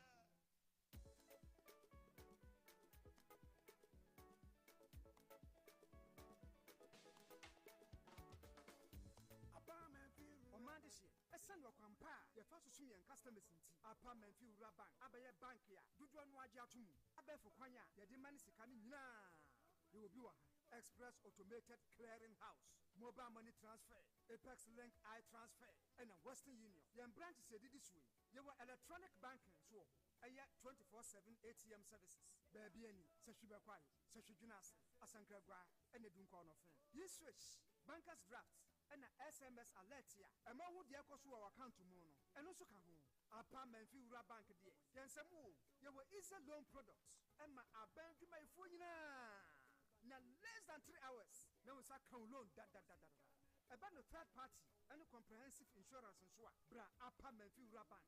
There were 17 branches and more. Asankagwa, Aguna Menfi, Seshi Junasi, Seshi Yosu, Seshi Bekwai, Seshi Quantumra, Dunkon of Diaso, Bebieni, Swamada Diaso, Yukwa Himai, then Chirasubi, Wasajabo, Ajakamansu, Seshi Zaura, Awasu, and a Fufrokra, Aswaba, Seshi Asempane, and near Mediga, Nemfosu Boom, Embro Sikasu, the head office, our San Kwasu, Freyan 0243 116 966, and 0244 948 600. Afi 0549 040 570. Apa Menfi Uraban. Yeni mufretete. Apa Menfi Uraban. Ya shumoda. Yesi ebadia. Banki bia kade. Amanfo sene beya ye fom ne ye kwaye betina. Na ewie mu sakra ye nso so na presenti. Ena GCFLP. Any red plus de enable jumede abrebo. Titru ema wona sebe wedi dem. Enable eni to kotna for no metre migrant. Ese say ye na ye de ye hu she. Na ye die mia. Na ye boy ye kwaye hu banya so faso. Ti me say obia nua bi. Eni ye ya obia nua bi. Ye mo ye kwaye hu ba. Enu na de sika beba. Obia nua bi ye benya carbon credit. Mo frenya bi. Memuru nya bi. Ebe nya bi. Na o so nya bi o. Na mo o mo sintonso. Obia nya bi. The Enable initiative is proudly sponsored by GCFRP and Red Plus. I was Simon Aquaba on a pen from Red Media, so I have a Liberty 92.7 FM. And I pay. I am highly elated to be seeing my big brother. Okasawa Bikuno. Very good morning. Good morning, Kosi. Not there. Good. Hey, you're me to train. A saying, Malaboy, Lelmawa to Yala. Yeah, a saying, kind of oh, yeah. Yes, you cry. Yes, you cry. I see. It is an my code council. It's your fashion. Yeah. Oh, you did a penny Saturday. Oh, okay. It did a penny. You come with your wife as any show. Oh, okay. Big brother. No, you don't have that thing. What the former MCU? Oh, best voice. Go introduce. Okay. What do you know? What is my family? Introduce. Okay. Very big brother Atabuama. Nice one. Or what for the MPP? Now, the NDC communication officer, so he also Collins Owusu answer. Good morning. Good morning, sir. What's that? Poche nyame ushrai. Sir. Unche dami kache yetiasebo muja ofunu juide. That is the greatest resources every man can ever have. Oh yeah, sure. Yeah, by Lenguel in Chibiala. Ti yetiasede na muja ofunu juna temvrimala ola ojene de na nyame waniye wali ti ntiramwe sort where. The radius and then baby or the adru and a pay senia. Me am making a catch on no a me brapeni wa. Ayana umwadi a crowd this time there I did remember. Cause more big man or chain. Brother, so far, Dr. Baumia first day, how far? Good. You have started on a good note.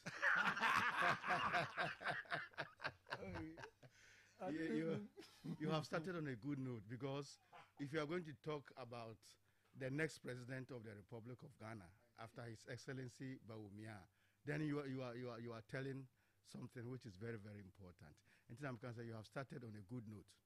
Yes, His Excellency the former Vice President or region Enra yakwa kontomra if ya kontomra yakwa onwin any we no wo so amanda de so na ono ankasa o ye impressed say ni team Omo Eastern and or Western North. They have done a good job. Also, Obano say, hey, yes, former leaders be our other camp being high no go area for me. But I am seeing things differently. Inti mahuse me anchor team no mabo juma oboya baso. And we also want to thank the regional anchor team. We want to thank the constituency anchor teams, you know. But they are doing a great job. Omo bo mo humodin pa. Inti se papa na bana oboya baso a omo na ye adwuma no on the ground.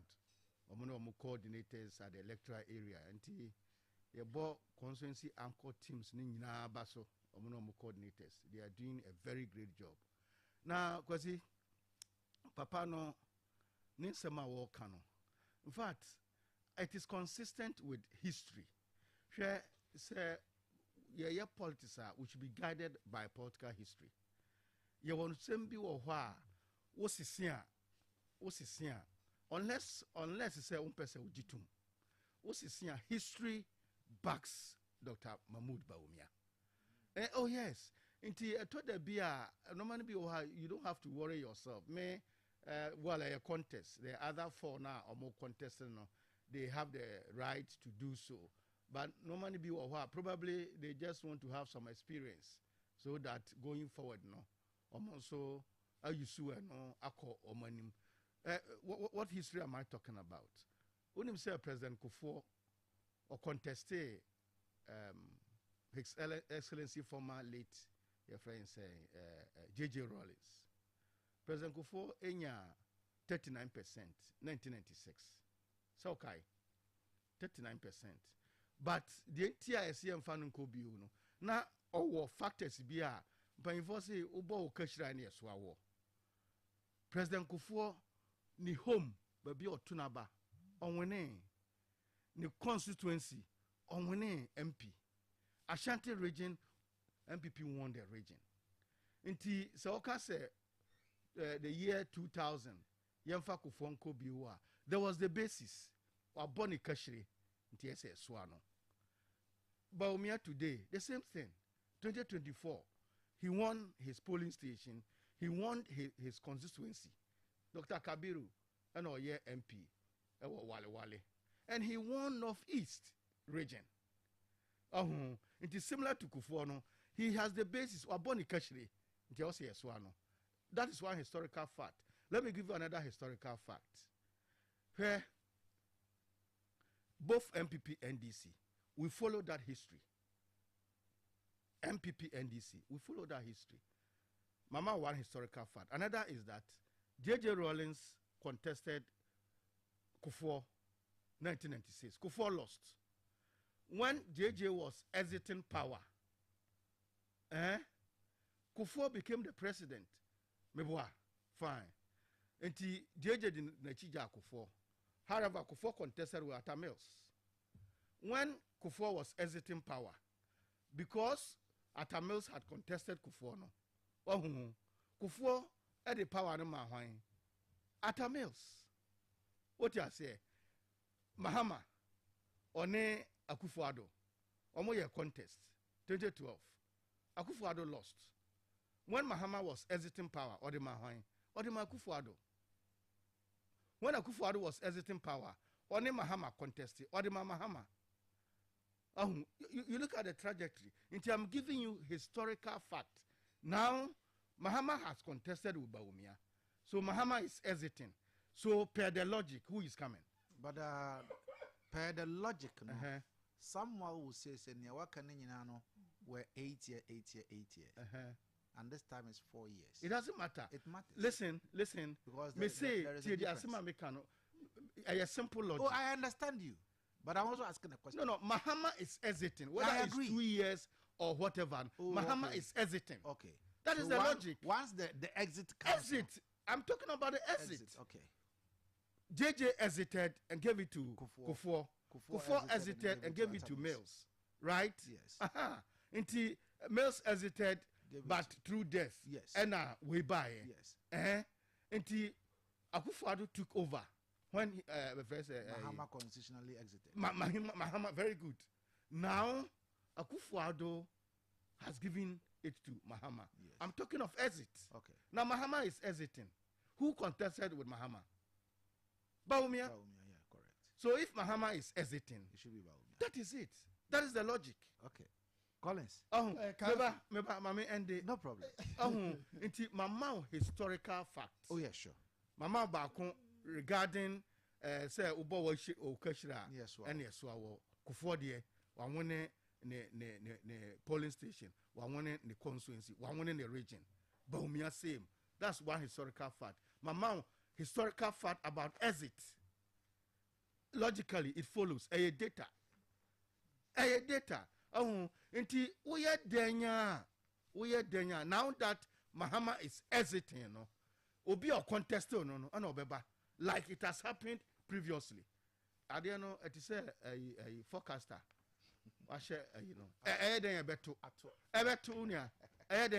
Too direct. And another historical fact.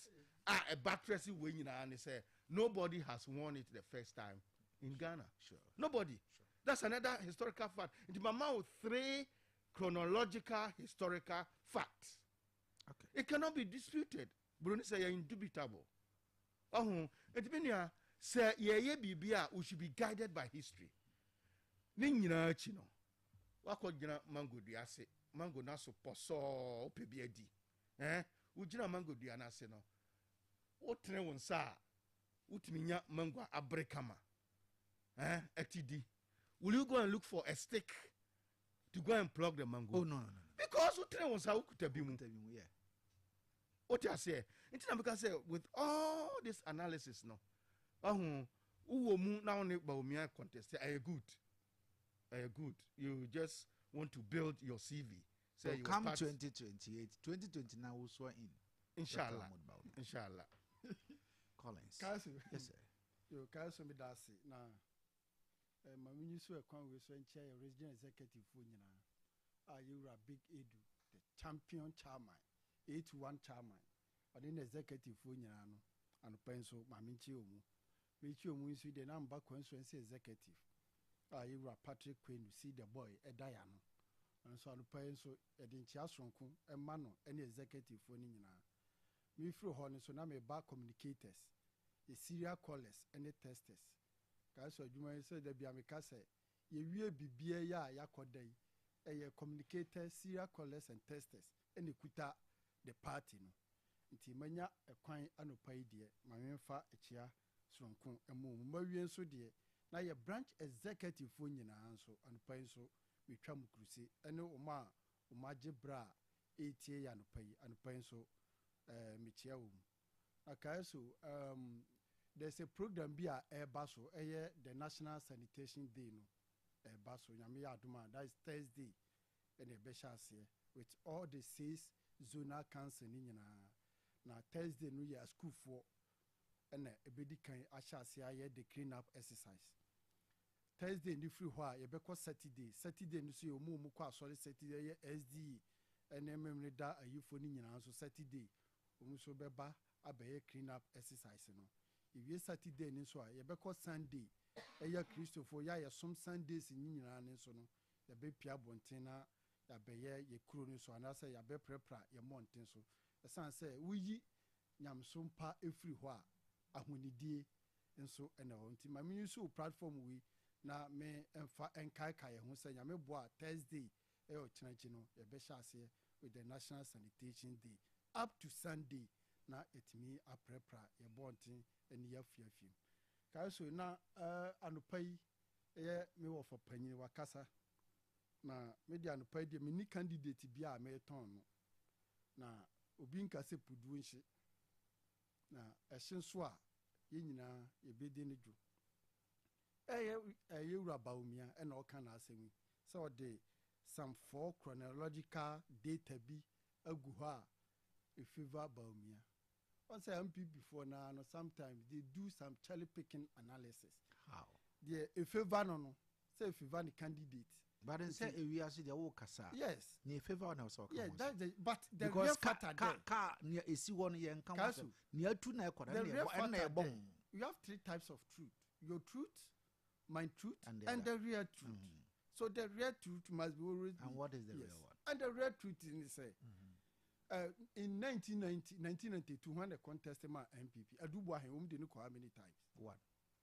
Argentina no caso move presidential candidate Ubiano and ya once near the Nuku two. Argentina or cancer. Ebium so oha omu presidential candidate na subsequently no umubeyo mampanina.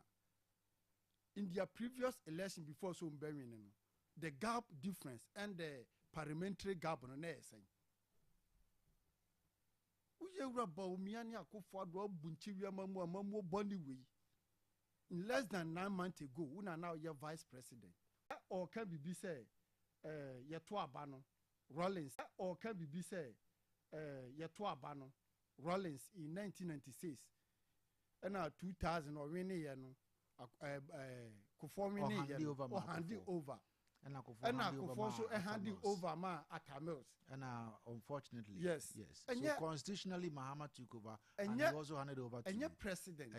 And the ruling president, and they handed over at the matter next a Ghana for and a handed power at the more BBL. But chronologically, Ghana for a handing over power at the Marco. And I'm saying, yes, that was say the president, and that's a Kufuor. Yes, but it's the Ghanaians who handle powers to and the next. The chronological analysis, Ghanaians handed over to Kufuor to Atamils. And I'm saying, the preamble of our constitution now, or say the sovereignty of a nation, that is Ghana, reside in the people. And I agree. Yes, I agree. Ghana, so we yet now we and I say Ghana for per Onunasmokan. If you are talking Ghana, dear, that is Ghana for a handy over. Yes, but it's not peace. Okasanameti ho. The worker was empty, baby, or a chairman correcting. Yes, it's Ghana for any handed power at the any candidate. Then the party now of Beba power, and then a presidential candidate not say, me the power, I'm a winning Ghana for. ABM, one say in 2023 to 2024, okay, say Ghana Statistical Service, Ebeka say, almost 800,000 middle class Ghanaians. And I'm more bonity and Omina be here for with inclusion of DDEP. What the buyer, you Rakufado. I'm say last month you said this man who could because we need the dark movement. I never want a mamu. Saba umiana semno and I walk on. For instance, Monam that word the yamin person met Filipano. Sa is an insult. Okay, my main nifro. You were about me. You were about me. Asem and all can or han. Ofra mamono kayaso. Ghana for bebre me kan me de class umajuma egugui. She oma before na edidwa a omusika obefa dollar a na upanansi a ne say. When the fundamentals of the economy are weak, the exchange rate will expose you. Sometime in 2016, na dollar is saying, 4 CD. But because 3 CDs, 80 pesos. But how the mammy found 4 CD? And no can't sassem. Ghana for Eddie to me mount and no boss. Who free a baimu in 2024? Na dollar is saying 17 CDs. A liter of petrol, Ekoya could do 17 MP free power dollar for 14. Say could do 17. Could do, but one free power around 14. No, say around 14. Now, I be found 4 CD 14 papa no. If the fundamentals are strong, I be found 4 CD. I could do 14 CD. Ne papa no. Anya papa nti sa papa you raba umia ehun asem e na papa yi ote ha all can. Ono de onima mamuo na Ghana for a pass judgment on him and then the boss on December 7, 2024 say, "Oh, you're incompetent, sabi one more number." Onko tenafie no hwa mamuo papa yewra his excellency John Dramani Mahama any NDC edema Ghana forces here asisia kayaso oti Ghana aye hwam. Now there's a fragrance in Ghana and ameboa there's a fragrance in Ghana. Can they now top petrol 1 liter a could do 15-16 and a 1 liter is saying can you know so we are exporter and I say we importer kra na o kranoma Afri amanone aba na kuta $10,000 Send Albania, and 170,000. And now, ye can say dollar and I'm 10.7. Into the same, $10,000, almost 100,000. But the margin of income, we importer, abeshe ubutu. We any amamu papa no. We any aban papa, Ghanaians are hearing for us is here. Ye administer Ediama Ghana for, Ama Ghana for so, and what to. And then ya, Baumiasem. Got to about your just now mountain, Osanam. Amamodu Bunia, Ubunia. Anka want to us, Bible say we in ya. Anka wanim ati. Thank you. What you say? Anka wanim ati. Ma, member honorable, some few minutes to rebut. Yes, honorable. When I am speaking, I listen to myself. Okay. Me kasa, me tie me ame ho. Okay. I was making an analogy of exit. Exit, correct. Me say, Rollins say kono. Kufo ne buy. Sure. Of course, Ghana phone to Abama kufo. But Rollins kono so kufo ne buy. So we are saying the same thing. Okay. Ntam kasa me kasa me tie me ho. Aha. Okay, you go. Enti say o ka say wo train it's in order because they the same. Ebia the way I'm a can no na ebia officer want TSSA. But Rollins kono. Kufo ne buy. So I was talking of exit. And of course Ghana for the to Abama kufo. Kufo kono Ghana for to Abama mills. The kufo kono mills ne buy. So in terms of exit there, we can win a buy. And of course Ghana for so the to Aba. Na me wo fa si ye kan sembi. And I'm say me kasa me tie me ho pa. Nti say assuming without admitting, I'll come there. Assuming without admitting, say, Baumia amamoye poto. Of course, Baumia ebeba ho say now amamodia. Assuming say no credit. Then of course, Mahama shouldn't have won election again. 2016, Ghana for passive verdict on Mahama. Olusu over 1 million votes. Aden Osamba power biwa Ghana or Samba ya Ghana for Twabamano. Inti se oka se obiepu amamu potoa. Mahama ye no poto. Olusu over 1 million votes. But he found favor with Ghanaians and the Santo Abamano. So same can happen to Baumia. Precisely. Okay. Inti assuming say Baumia su bu amamu no poto. Said the Mahama ko fia. Or quarters reflect here, or no Ankasani Campio Council, Makotra fee. Mahu seem to be a Bama Mamu, Musamami opportunity. Ghana for an opportunity. Say, assuming, say, Baumia or Yano Portoa, he has also gone to sit down. Well, who said, no, maybe I echoya uncle ye, into a man opportunity. It is all say, Baumia Fatasi at Twabamanoa. Then I didn't tell Muhammad or Fataya at Twabamano. So when you're speaking, listen to yourself. Kasa okasa ti wan kasa wo ho nti nanka Baumia betima ye campaign so long as say Mahama ye passive verdict on him in 2016 ye so nko tenafia osan ba ya ye nya favor etoma no it can happen to Baumia na you see ye free be big governance sometimes ye kasa ayana say ye anti governance ase because say ne katashi kosibu mangama fro say because Nibedia sembi beboa mena mini. Ukotena ho. Zana asem de me de mehwe mu misa AD4. Obi aka ne de. Ahia me obi aka ne de. Adom de na na se o me mum de me hu se misa A mum, misa B mum and odi4. The court is whose court? Katachi's court. The court is Katachi's court. Into what some of can hold no, a papa, but on no court no or say, I didn't honey edito. Intina ama cabinet, oko cabineta, with me a camusina. And I'm say, and you tea, and I'm not a double to no suntino. I am a hammer, tina dasono. Ovakato said, you're marking in Amati, Nemo, we are going with this. Yes. And she said, a mamu nam kuya, I am a hammer nam kuyi. What you say? The 5 aspirants, with the exception of Kabina Japan, they were all part of the government. This is more kind of idea. Send the money fata. The 5 aspirants, with the exception of Kabina Japan, they were all part of the government. This is more logic in it here. Then any phone in fata. Commander point you I played you see right yesterday.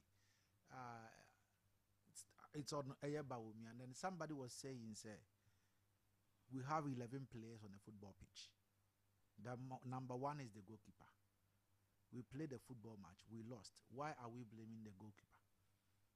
That's it. And I don't deal with you, and I make say governance. Say, you're too abana, you're too abama, nana jeno pokwajiman. You're too abama mahama. Correct. And into your cabinet, he is the head of cabinet. Ministers are power munyano. He can decide, say, okay, me minister bia, may administer Ghana. And you're too abama minister bia.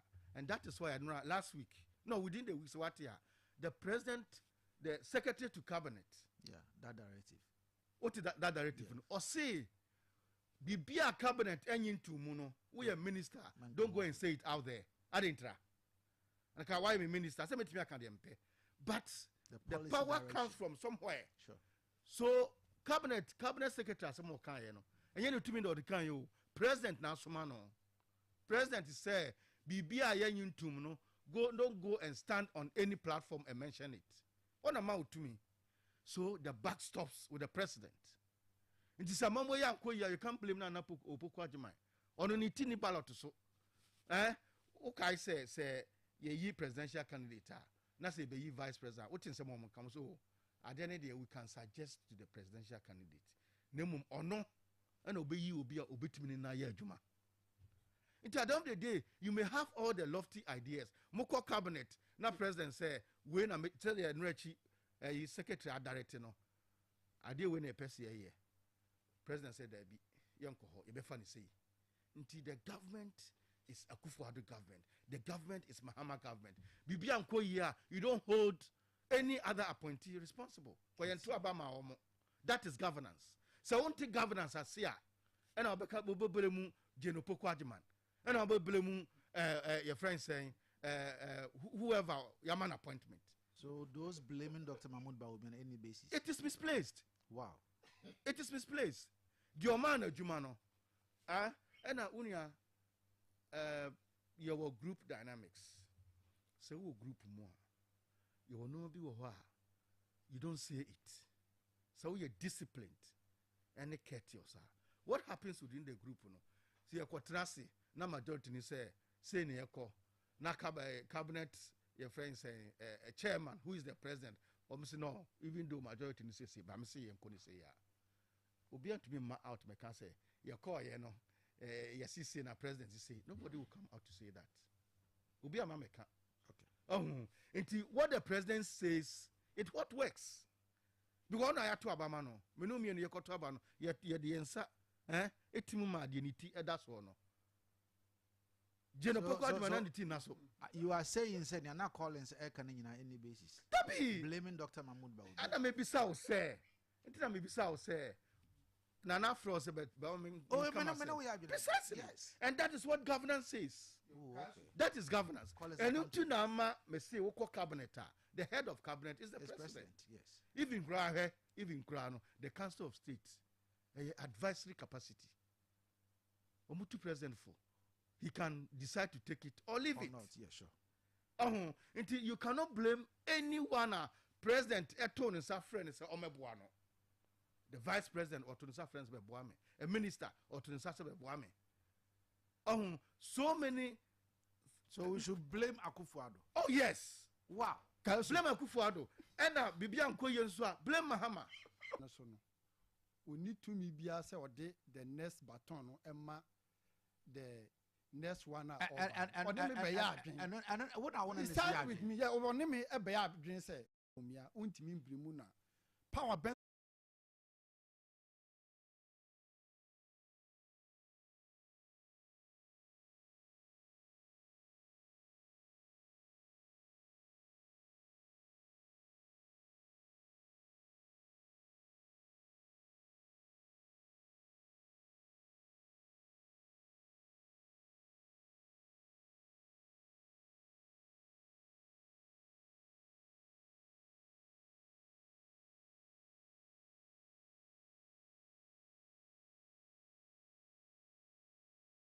bedu 80%.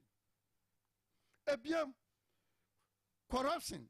Unsa corruption ye measure in perception. In NDC era, you were President John Dramani Edano in 2016.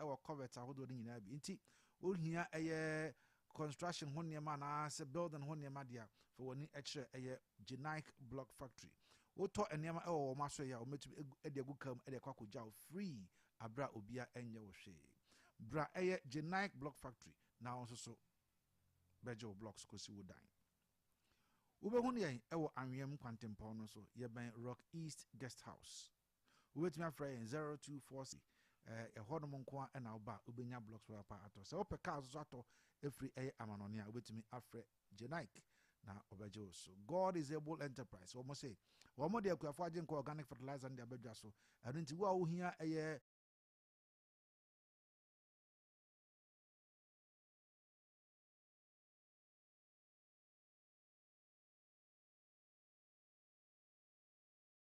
be McDonald's Ventures. Around so and about a new magazine or infrared heater or one map. You be spray car no at the amount. It's a car spraying oven with infrared heater you will be. Now you spray every at the amount. Freya in 02. Speaker of Parliament, Ministers of State here present, the Governor of the Bank of Ghana and his deputies, former Ministers of Finance and Governors of the Central Bank, Members of Parliament, members of the Diplomatic Corps, captains of industry, invited guests, ladies and gentlemen. It is my distinct honor to join you today as we mark 60 years of the Ghana City. The Ghana City represents the pride of our nation and our heritage. Since 1965, the city has not just been a store of value, but as an integral part of our heritage. Indeed, from the days of our First Republic throughout our history,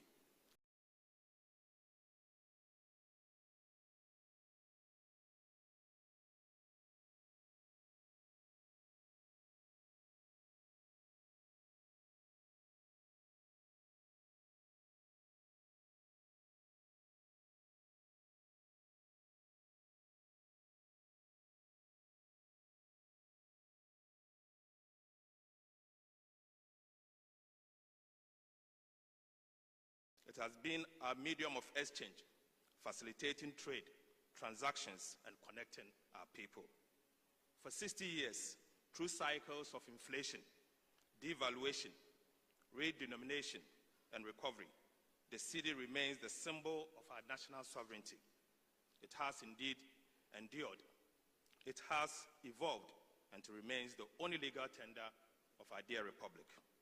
Madam Vice President, distinguished ladies and gentlemen, this anniversary marks a new dawn for the Ghana City.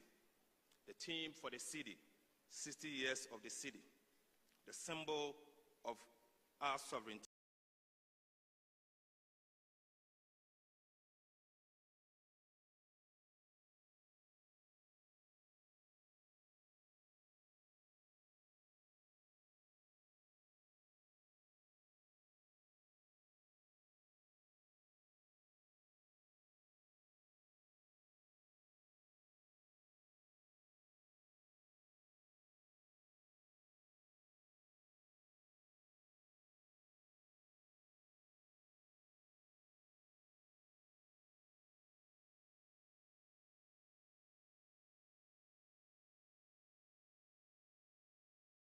To fiscal discipline has contributed to the strengthening of the Ghana City. I want to use this opportunity to commit that the government of Ghana remain committed and we shall stay the course to ensure that the Ghana cedi remains stable and gains, as we have seen.